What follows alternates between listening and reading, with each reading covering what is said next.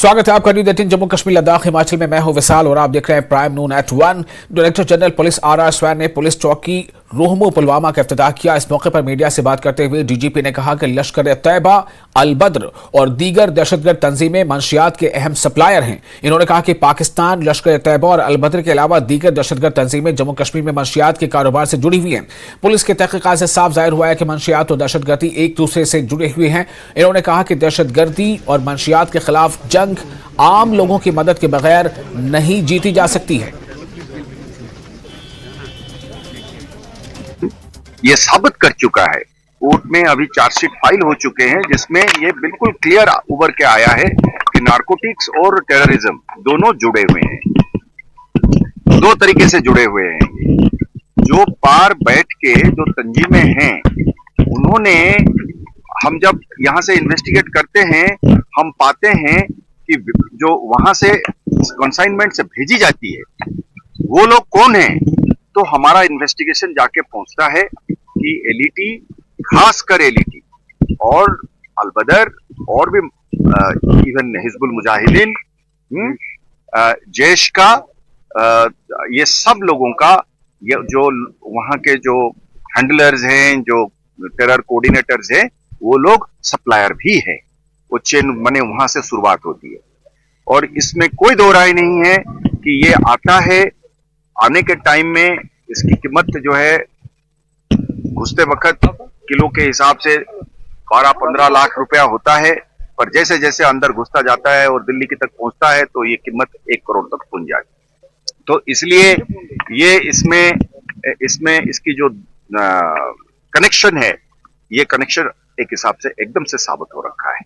कुछ चीजें तो हम स्ट्रेटेजी जो है हम कॉन्फिडेंशियली तैयार करते हैं, पर कुछ चीजें जो है वो ओपनली भी हम बात करना चाहेंगे, क्योंकि कोई भी जंग, चाहे टेररिज्म हो चाहे नार्को टेररिज्म हो, वो जीता नहीं जा सकता है जब तक के लिए आवाम साथ में ना हो। अगर इस चीज की किसी पुलिस अफसर को डाउट है कि ये बगैर आवाम का लड़ा जा सकता है, ये नामुमकिन है। हाँ, आवाम को चाहिए एक लॉ एनफोर्समेंट एजेंसी जो नेकनियत हो, दानातदार हो, काबिल हो और ईमानदार हो, तो वो तो है ही है, पर बगैर आवाम के साथ ये जीता नहीं। और नौजवानों को मंशियात से दूर रखने और इन्हें स्पोर्ट्स की तरफ राग़िब करने के लिए शेर कश्मीर स्पोर्ट्स स्टेडियम में एक तक़रीब मुनक़िद हुई। तक़रीब का इफ्तिताह ACR बांडीपोरा शबीर अहमद वानी ने किया। फौज, CRPF और पुलिस के अफसरान ने शिरकत की। मुख्तलिफ स्पोर्ट्स क्लबों में स्पोर्ट्स किट्स तकसीम की गई। बच्चों की एक बड़ी तादाद भी मौजूद थी। मुक़र्रिरीन ने बांडीपोरा में स्पोर्ट्स कल्चर की सताइश करते हुए कहा कि नौजवान नस्ल को मंशियात से दूर रखने के लिए स्पोर्ट्स की सरगर्मियों को फ़रोग़ देना अहम है। का सिर्फ मुद्दा और मकसद ये है कि ये जो नौजवान हमारा है ये मंशियात के कारोबार से और ड्रग एडिक्शन से दूर रहे और उसके इंक्लिनेशन जो है, इंटरेस्ट ज्यादा स्पोर्ट्स में बढ़े। इनमें अच्छा टैलेंट भी है। मैं इन्हें मुबारकबाद देना चाहूंगा। ये बहुत ही अच्छा इनिशिएटिव है स्पोर्ट्स के हवाले से, स्पोर्ट्स को प्रमोट करने के लिए, क्योंकि ये वक्त की अहम जरूरत है कि हम जो हमारे बच्चे इस वक्त ड्रग्स में लगे हैं, इनको उनसे दूर रखने के लिए उनको हम स्पोर्ट्स में इन्वॉल्व करना चाहते हैं। क्योंकि हमारा एडमिनिस्ट्रेशन का यही ऑब्जेक्टिव होता है कि हम एक प्लेटफॉर्म प्रोवाइड करें बच्चों के लिए, नौजवानों के लिए जो स्पोर्ट्स की तरफ रागिब होए, उनको बेटर इंफ्रास्ट्रक्चर दे, फैसिलिटीज दे और एक एनेबलिंग एनवायरनमेंट दे, ताकि उनको लगे बच्चों को कि हमें स्पोर्ट्स में जो उनकी कैपेबिलिटीज हैं या उनकी अपनी सलाहियत है उनको उभारे। जम्मू कश्मीर चौपान वेलफेयर एसोसिएशन के बैनर तले टाउन हॉल कंसर में सूफी शायर अली मोहम्मद चौपान का दूसरा शेरी मजमुआ दिना दर्शन की रस्म रुनुमाई अंजाम दी गई। SDM गुलमर्ग डॉक्टर सैयद अल्ताफ हुसैन मेहमान खुसूसी थे। सरकर्दा अदीबों, शायरों और फनकारों ने शिरकत की। शायर व अदीब गुलाम अली पामपोश के अलावा मुख्तलिफ अदीबों ने अली मोहम्मद चौपान के शेरी मजमुए और इनकी अदबी खिदमात पर रोशनी डाली। शेमी जमात में पास कोर्मुत पत घरेलू हालात तमें आये सोद कह तो पत पे मे जनाब कालीन कम करें तो अत रेडियो कश्मीरस पे गेवन वेवन तो बस क्रेखा लायान तो तम पत रूद गाह बेगा नेटिव नगम यम जन खानदरन पे तिमन सत रूदस बह वापस। अली मोहम्मद चौपान जो सोने में रहते हैं, वो उनकी शायरी मजमूआ जो है दीन दर्शन, दूसरी किताब, पिछले साल भी उन्होंने एक किताब इजरा की थी। यहाँ मैं ये बताना ज़रूरी समझता हूँ कि इसको कितनी फ़िक्र है, जो हमारी कश्मीरी लैंग्वेज है इसको हम किस तरह से ज़िंदा और जावेद करें। ये मजदूरी करता है लेकिन लगातार लिखता है अपनी कश्मीरी में, ताकि जो हमारी मादरी ज़बान, जो हमारी पहचान है, वो किस तरह से ज़िंदा रहे। हम अली मोहम्मद चौपान का शुक्रगुजार हैं कि आहिस्ता आहिस्ता कश्मीरी ज़बान को एक न एक किताब का इजाफा होता ही रहता है। गर्च ज़मीनी सतह पर हमारी जो ज़बान है वो पूरी तरह बोली नहीं जाती है, मगर हम अदीबों और शायरों के शुक्रगुजार हैं कि रोज़ाना 10-20 किताबें रिलीज़ होती रहती हैं। हमें चाहिए कि अपनी जो हमारी जो आने वाली जनरेशन है उनको रागिब करें हम कश्मीरी ज़बान पढ़ने।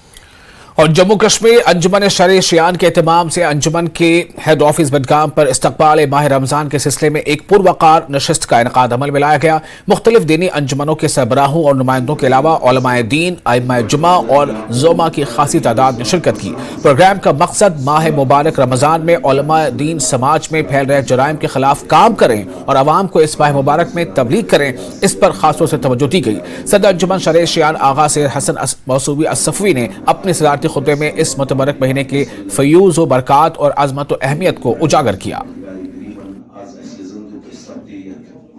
देखिए, हर साल इस्तक़बाल माह रमज़ान के हवाले से अंजुमन शरीशियान तमाम उलमा को दावत देकर इस तकरीब का इनकाद करता है, जिसमें उलमा जो हैं, अगर अहले तसन्नु बरादरी से हैं या जो भी अहले तसन्नु में भी कुछ मकतबे फ़िक्र हैं, तशय्युअ की जो मजहबी लीडरशिप है और उमूम जो मुबल्लिगीन हैं, उलमा हजरात हैं, खुतबा है, उनको दावत दी जाती है कि ताकि उस सुन्नत की पैरवी हो जो रसूलुल्लाह सल्लल्लाहु अलैहि वसल्लम अंजाम देते थे। माह मुबारक के हवाले से तैयारियों का जो है वो साम लिया जाता था और माह मुबारक में जो हमारी तबलीगी जिम्मेदारी रहेगी, जिस तरह से इस माह मगफिरत में जो अल्लाह का एक पाक महीना है, जिसमें ख़ास अल्लाह की तरफ से मगफिरतें हैं, रहमतें हैं, और उनका ज़्यादा से ज़्यादा फ़ायदा हम उठा पाएँ, इस माह मुबारक का ज़्यादा से ज़्यादा हम फ़ायदा उठा पाएँ, इसकी मानवियत से हम सब जो है फैज़याब हो जाएं। इस हवाले से हम जो बरनामा साजी करते हैं इस महीने के हवाले से, वो ज़्यादा मुरतब। और मरकजी वजीर डॉक्टर जितेंद्र सिंह ने डोडा में एक किसान मेले का इफ्तिताह किया। उन्होंने डोडा में किसानों के साथ पर्पल रिवॉल्यूशन का जश्न मनाया। मेले में सैकड़ों तरक्की पसंद किसानों और बीजेपी कारकुनों के अलावा लैवेंडर से जुड़े कारोबारी अफराद की बड़ी तादाद ने शिरकत की। इस मेले का एहतमाम IIM जम्मू ने स्पोर्ट्स स्टेडियम डोडा में किया। जो लैवेंडर निकला उसने तो दुनिया में इस खित्ते को मकबूल कर दिया, और आज डोडा और भद्रवा दुनिया के नक्शे पर नुमाया तौर पर ढूंढा जाता है कि कहां है भद्रवा। और मुझे उस दिन एक खास सुकून का एहसास हुआ जब हमारे महबूब वजीर आजम नरेंद्र मोदी साहब ने लगभग 5-7 मिनट मन की बात में इतने तफसील से इस खित्ते का जिक्र किया कि दूर दराज एक जिला है डोडा, जिसमें एक छोटा सा कस्बा है भद्रवा, वहां लगभग 3000 किसान इस खेती से जुड़ गए हैं। और इस तरह से हिंदुस्तान को एग्री स्टार्टअप्स, यानी किसानी भी पुराने जमाने की किसानी नहीं रही, ये भी एक स्टार्टअप हो सकता है, उसकी कल्पना, उसका तसव्वुर, उसका कॉन्सेप्ट, वो भी इसी जिला से निकला। और जैसा भी जमीर साहब कह रहे थे, अब हिमाचल प्रदेश, उत्तर प्रदेश, उत्तराखंड, दूर दराज अरुणाचल प्रदेश, नागालैंड तक लेवेंडर की खेती की जा रही है। और आने वाले वक्त में ये हमारे यहां आमदनी का, व्यापार का, ट्रेड का एक बहुत बड़ा सरमाया बनने वाला है। डायरेक्टर हॉर्टिकल्चर कश्मीर जहूर अहमद भट्ट का कहना है कि बांडीपुरा के चेक ऋषिपुरा इलाके में महकमे के पास सेब के बाग को नाशपाती की नर्सरी के लिए मदर ब्लॉक के तौर पर फरोग दिया जाएगा। इन बातों का इजहार डायरेक्टर ने तजदीद शुदा चेक ऋषिपुरा सेब के बाग का इफ्तिताह करने के दौरान किया। चीफ हॉर्टिकल्चर अफसर फारूक अहमद, HDO डॉक्टर मेराज के अलावा महकमे बागबानी के दूसरे अफसरान और अमला यहां मौजूद था।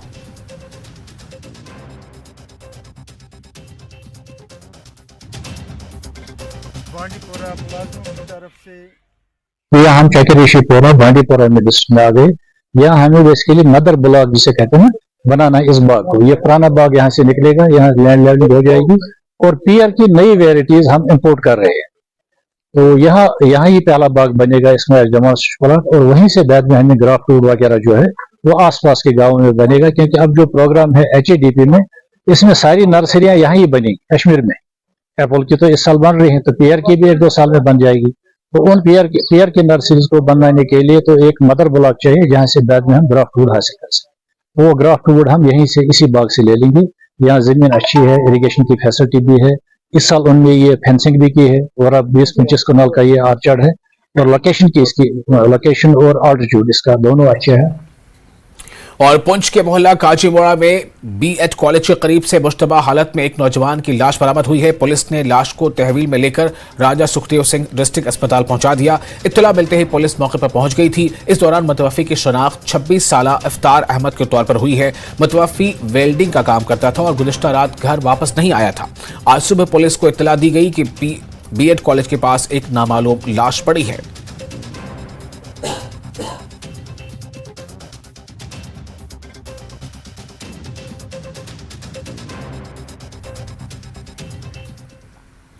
मेंढर सब डिवीजन में वाक़ा कोर्ट कॉम्प्लेक्स में बार एसोसिएशन की जानिब से एक प्रेस कॉन्फ्रेंस का इनेकाद किया गया। उन्होंने एक वकील के साथ बदसलूकी करने का इल्जाम लगाया। उन्होंने लेफ्टिनेंट गवर्नर से मुतालबा किया कि DC पुंछ के खिलाफ कार्रवाई की जाए। उन्होंने कहा कि DC का फर्ज है कि वो आवाम की बात सुने। चंद रोज कबल DC पुंछ की मेंढर में मुनक़िदा अवामी अदालत का एक वीडियो वायरल हुआ था। इस पर वो मुबैना तौर पर लोगों को खौफजदा करने और उनके खिलाफ FIR दर्ज करने की बात कर रहे हैं। हम ये कहना चाहते हैं आपके चैनल के माध्यम से कि जो हमारे वकला बरादरी के साथ जो व्यवहार या जो सलूक नारवा सलूक डिप्टी कमिश्नर पुंछ साहब ने किया है, हम उनको कड़े अल्फाज के साथ यहाँ से मजम्मत करते हैं और हम अपने वकला के साथ खड़े हैं। मैं ये चाहता हूँ कि इस पर कड़ा नोटिस लिया जाए।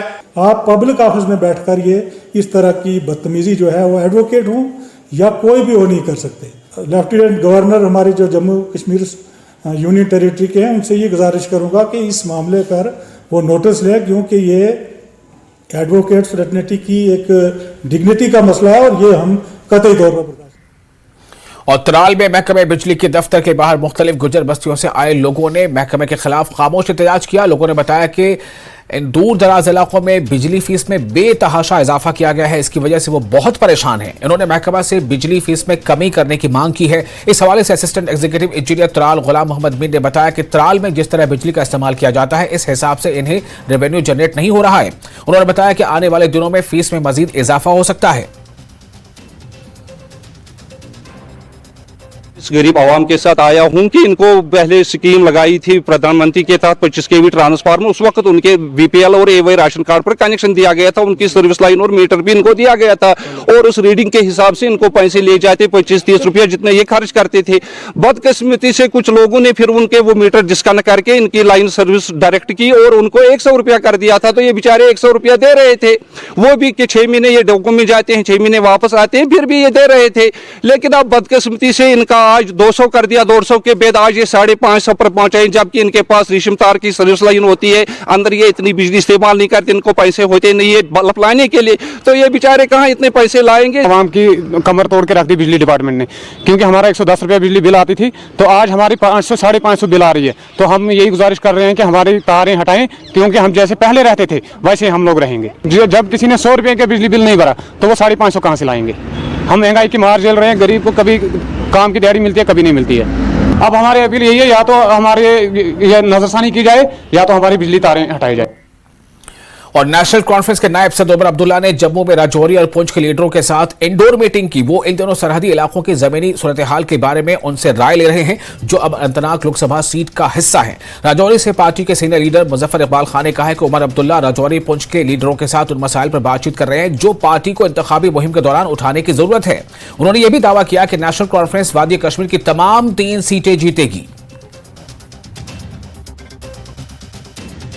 इस वक्त हम भटंडी में हो और यहाँ पे मीटिंग आज शुरू हुई। सुबह से ही लगातार उमर अब्दुल्ला जो कि नेशनल कॉन्फ्रेंस के वाइस प्रेसिडेंट हैं और फॉर्मर चीफ मिनिस्टर हैं, वो अचानक जम्मू पहुंचे और यहाँ पे इसी जगह पे जो आप देख रहे हैं इनका जो रेजिडेंस है, मीडिया को हालांकि अलाउ नहीं है, लेकिन यहाँ पे उनकी मीटिंग चल रही है। राजौरी पुंछ के जो पार्टी के नेता हैं, लीडरान हैं, वहाँ से वो इनके साथ मीटिंग कर रहे हैं लगातार सुबह से ही। और जो मंथन है, क्योंकि अब अनंतनाग सीट पे नेशनल कॉन्फ्रेंस ने फैसला किया, अनंतनाग राजौरी पुंछ सीट पे चुनाव लड़ने का फैसला किया है, तो उस बारे में वहाँ पे मंथन हो रहा है। मेरे साथ इस पर बात करने के लिए हैं मुजफ्फर इकबाल खान, जो कि राजौरी से ताल्लुक़ रखते हैं, पार्टी के सीनियर लीडर हैं। सर, आप भी राजौरी से भी ताल्लुक़ रखते हैं, आज मंथन हुआ, क्या ये माने कि प्रिपरेशन हैं जो अनंतनाग लोकसभा? जाहिर सी बात है, उसी के बैकड्रॉप में ये आई मीटिंग थी। अभी डिस्कशन होगी, अभी कैंडिडेट्स का भी डिस्कशन चल रही है कि कैंडिडेट कौन होगा। अभी ये तय नहीं हुआ है। पार्टी हाईकमान जो है वो राय ले ली है मुख्तलिफ लोगों से कि भाई इसके लिए हमने क्या स्ट्रेटजी रखनी है, किस तरह लड़ना है। अब ये तो तय हो गया है कि इलेक्शन हमने लड़ना है। नेशनल कॉन्फ्रेंस अनंतनाग राजौरी वाली सीट पर लड़ेगी, अभी ये तय हुआ है। अभी इसके बाद डिस्कशन चल रही है कौन कैंडिडेट होगा। वो जब तो आप तैयार हैं, आप किस तरह से? ऐसी बात है, हर पॉलिटिकल पार्टी तैयार है। हमें डायरेक्शन हुई है उमर साहब की कि आप तैयारी करो पार्लियामेंट इलेक्शन के लिए, तो हम तो तैयार बैठे हैं। क्योंकि बीजेपी से आपका मुकाबला बहुत तेज और बहुत सारी पीएचडी के बाकी कैंडिडेट भी उठ सकते हैं, आपके लिए मुश्किल। देखो, बहुत सारी पॉलिटिकल, खाली बीजेपी नहीं होगी राजौरी पुंछ में और अनंतनाग में, बाकी भी बहुत सारी पार्टियां होंगी। सब इलेक्शन लड़ेंगे, हम भी लड़ेंगे, वो भी लड़ेंगे। कैंडिडेट्स का कब तक करें? नहीं, अभी डिस्कशन चल रही है। अभी कैंडिडेट का तो अभी हाईकमान जो है वो पार्लियामेंट्री बोर्ड बैठेगा, वो फैसला करेगा। अगर पीडीपी भी चुनाव लड़ती है, आपको नुकसान नहीं होगा? नहीं, हमें तो देखो, नुकसान फायदे की तो बात नहीं, हर पार्टी को हक है, लड़ेंगे। वो भी मेहनत करेंगे, हम भी करेंगे। वो अपना जो मैनिफेस्टो है लोगों के सामने रखेंगे, हम भी रखेंगे। न्यूज़ 18 से बात करने के लिए शुक्रिया। तो ये मुजफ्फर इकबाल खान जो कि राजौरी से ताल्लुक़ रखते हैं, कह रहे हैं कि उमर अब्दुल्ला आज जम्मू पहुंचे हैं तो यहाँ राजौरी पुंछ के लोगों से बात कर रहे हैं, उनकी राय ले रहे हैं बेसिकली कि कैंडिडेट को कौन सा होना चाहिए, किस तरह का होना चाहिए और किस तरह से हम पार्टी को जिताएंगे, उसके लिए क्या स्ट्रेटजी अपनानी है, क्या क्या इश्यूज हैं इस एरिया में, उसकी फीडबैक वो उमर अब्दुल्ला ले रहे हैं, ताकि आगे जब चुनाव होगा, चुनाव से पहले जो कैंपेनिंग होगी, उन्हीं इश्यूज पर फोकस किया जाएगा। और इस तरह का जो मंथन है यहाँ पे दिन भर चल रहा है। कैमरामैन चांद के साथ में समीर भट्ट, न्यूज़ 18, भटंडी, जम्मू। और chief election commissioner Rajiv Kumar election commission के आला हुकाम के हमरा जम्मू कश्मीर के 2 रोजा दौरे पर कल श्रीनगर पहुंचेंगे। वो 12 मार्च को श्रीनगर और 13 मार्च को जम्मू में मुख्तलिफ सियासी जमातों के नुमाइंदों से मुलाकात करेंगे। इनका पुलिस इंतजामिया के नुमाइंदों समेत मुख्तलिफ स्टेक होल्डर से मुलाकात करने का इम्कान है। बीजेपी के सीनियर लीडर कविंदर गुप्ता ने कहा है कि वो जम्मू कश्मीर में फौरी तौर पर असेंबली इंतखाबात कराने का मुतालबा करेंगे। सीनियर लीडर हैं जम्मू कश्मीर प्रदेश बीजेपी के और फॉर्मर डिप्टी चीफ मिनिस्टर हैं।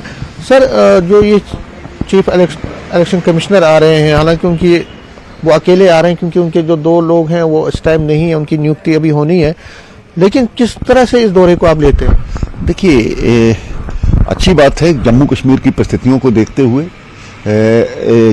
जिस प्रकार से उनकी क्या सोच है उसी पर भारतीय जनता पार्टी हर तरह से तैयार है। वो इलेक्शन साथ में करवाना चाहते हैं या बाद में करवाना चाहते हैं, ये तो पहले उनके रुख से स्पष्ट होगा। उसी पर भारतीय जनता पार्टी का हमारा जो शीर्ष नेतृत्व है उसने बैठकर इस पर चर्चा की है। पहले उनका रुख देखेंगे उसी प्रकार से, लेकिन भारतीय जनता पार्टी हर परिस्थिति के लिए तैयार है। क्योंकि पार्लियामेंट इलेक्शंस में अब बस थोड़ा ही रह गया है, वो प्रेपरेशंस, यहाँ सिक्योरिटी का क्या मामला है, वो उस पर तो मंथन ही होगा। लेकिन जो सबसे चर्चाएं हैं और कई दिनों से लगातार मीडिया रिपोर्ट्स ये भी कह रही हैं कि लोकसभा इलेक्शंस के साथ साथ हो सकता है कि विधानसभा पोल्स भी हो, तो क्या बीजेपी ये मांग करेगी कि विधानसभा पोल्स भी जल्दी? देखिए, भारतीय जनता पार्टी पहले से ही प्रिपेयर है और इसके लिए तैयार है।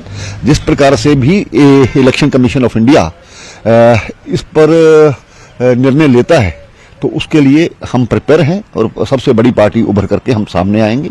भारतीय जनता पार्टी ने काम किया है, उसके लिए अच्छा माहौल है। एक और सवाल जो डिफरेंट है कि जो इंडिया ब्लॉक में यहाँ पे चल रहा है। कल महबूबा मुफ्ती ने भी कहा कि मैं यहाँ पे लड़ाई नहीं करनी आई हूँ, दंगल नहीं करना चाहती हूँ एनसी के साथ। तो ये जो आपस में इनकी रस्साकशी है, आपको लगता है कि आपके लिए ओपन विंडो हो गया? देखिए, ये तो होना ही था।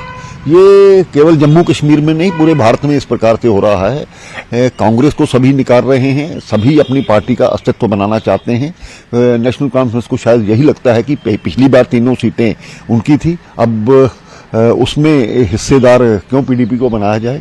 तो वैसे भी इनकी विचारधारा अलग है। ये तो बीजेपी के डर से इकट्ठे हुए थे गुपकार गठबंधन के नाम पे।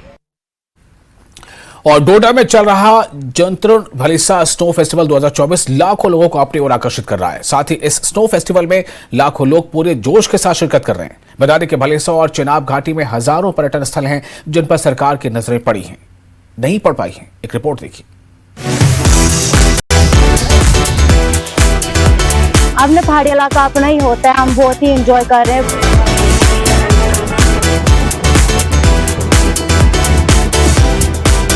बहुत सारे लोग आए हैं यहाँ पे।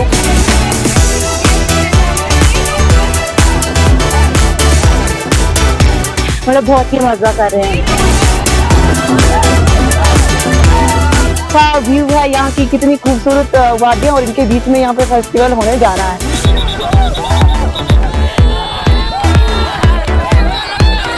हम तो कहते हैं पहाड़ी इलाका अपने सबसे बेस्ट।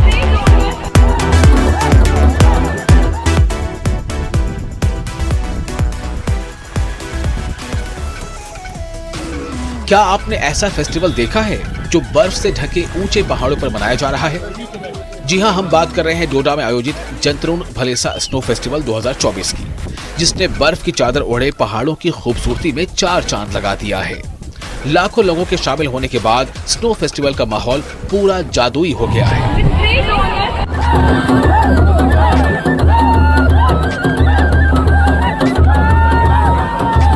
आपको बता दें कि यह फेस्टिवल जंतरुण लोगों की अनूठी संस्कृति और परंपराओं को जारी रखने के लिए मनाया जाता है। हम कहना चाहते हैं कि आज तक तो हमने यहाँ पे देखा नहीं है स्नो फेस्टिवल। मतलब इतने सालों में मैंने पहली बार यहाँ पे सुना है कि पहाड़ी इलाके में फेस्टिवल हो रहा है। मैं अपने डीसी साहब का शुक्रिया अदा करती हूँ कि उन्होंने यहाँ पे स्नो फेस्टिवल रखा। तो अपने पहाड़ी इलाका अपना ही होता है, हम बहुत ही एंजॉय कर रहे हैं। बहुत सारे लोग आए हैं यहाँ पे, मतलब बहुत ही मजा कर रहे हैं। तो यही कहना चाहते हैं कि जैसे कि हमारे और भी पहाड़ी इलाके हैं जहाँ पे बहुत ही अच्छी अच्छी जगह हैं, जैसे यहाँ पे स्नो फेस्टिवल रखा है। आगे भी गवर्नमेंट हर जगह पे, हर पहाड़ी इलाके में जाए, बहुत ही अच्छा, मतलब बहुत ही, हम तो कहते हैं पहाड़ी इलाका अपने सबसे बेस्ट। जंतरुण भलीसा स्नो फेस्टिवल में तमाम खेलों का भी आयोजन किया गया है, जिसमें वॉलीबॉल मैच, कबड्डी के साथ कई खेलों का आयोजन शामिल है। फेस्टिवल में संगीत और नृत्य का भी इंतजाम किया गया है।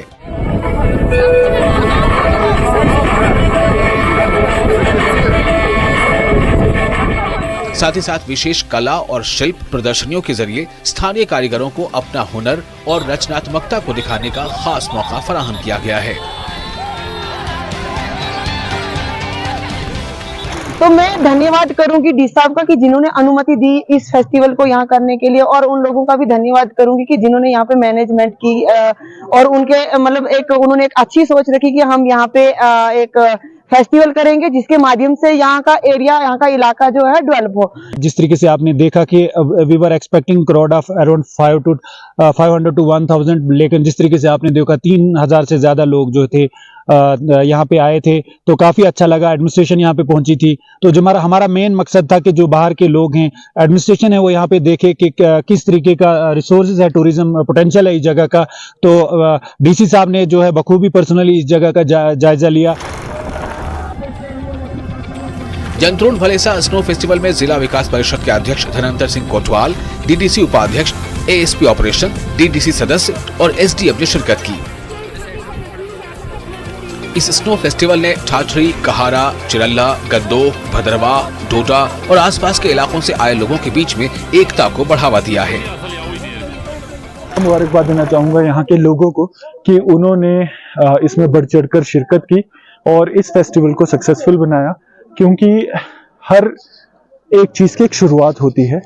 आज एक स्नो फेस्टिवल हुआ जंतरुण में, और मुझे लगता है कि आगे चल के ये एक मेगा इवेंट बनेगा और इससे टूरिज्म प्रमोट होगा। कहीं ना कहीं हमारा जो ये बलेसा वाला इलाका है, क्योंकि ये एनएच से ज़्यादा कनेक्टेड नहीं है, तो ये कहीं ना कहीं थोड़ा पिछड़ा रह जाता है। तो ये हम सब की जिम्मेदारी होती है कि बलेसा, कहारा, चिराला इन एरिया को प्रमोट करना, उसी में हमारे ये एफर्ट्स हैं। कोई एक एश्योरेंस देता हूँ कि depending upon my tenure here हर एक एरिया को टच किया जाएगा, क्योंकि हर जगह हमारे लोग बसते हैं। उनसे मिलना, सरकार को लोगों के डोर स्टेप पे ले जाना हमारी एक जिम्मेदारी है, और उसी जिम्मेदारी पे हम कोशिश कर रहे हैं खरा उतरने की।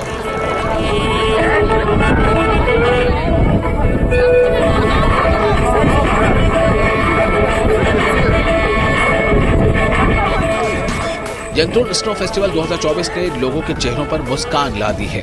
साथ ही जंतरुण लोगों की परंपराओं को भी आगे बढ़ाने का काम किया है। बर्फज़दा सियाहती मकाम का वो इलाका जो अभी तक इंतजामिया की आंखों से ओझल है। आप हमारे पीछे देख रहे हो, ये जतरून टॉप है। ये वो एरिया है जो जिला डोडा का सब डिवीजन गुंदो और सब डिवीजन फाटरी का मेन एरिया है। लेकिन अभी तक जितनी भी गवर्नमेंट्स आई, जितनी भी हुकूमतें आई, उन्होंने इन एरियाज को, जिनमें टूरिज्म का पोटेंशियल था, लेकिन उनको सक्सेसिव गवर्नमेंट ने भी इग्नोर किया। यहाँ लोगों ने इंतजामिया से गुजारिश की है कि इन सियाहती मकामात को टूरिज्म मैप पे लाया जाए। Firdous Khande, news 18 network, sub division Gundo, Jatrun top, Balesa.